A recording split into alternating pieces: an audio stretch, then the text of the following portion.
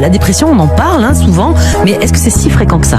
Oui, la dépression, c'est très fréquent. Une personne sur 5 fera une dépression au cours de sa vie. Ça représente 300 millions de personnes dans le monde. Le vrai syndrome dépressif est caractérisé par des symptômes qui durent au moins 15 jours, c'est le minimum, et qui sont marqués par une humeur triste. Le fait de ne plus avoir envie, c'est très important. La perte d'envie est vraiment un élément clé. Lorsque vous n'avez plus envie de vous habiller, de vous doucher, d'aller au travail, de prendre un verre avec des amis, ça doit vous inquiéter. Même chose si vous avez tendance à l'insomnie et avec un réveil plutôt précoce.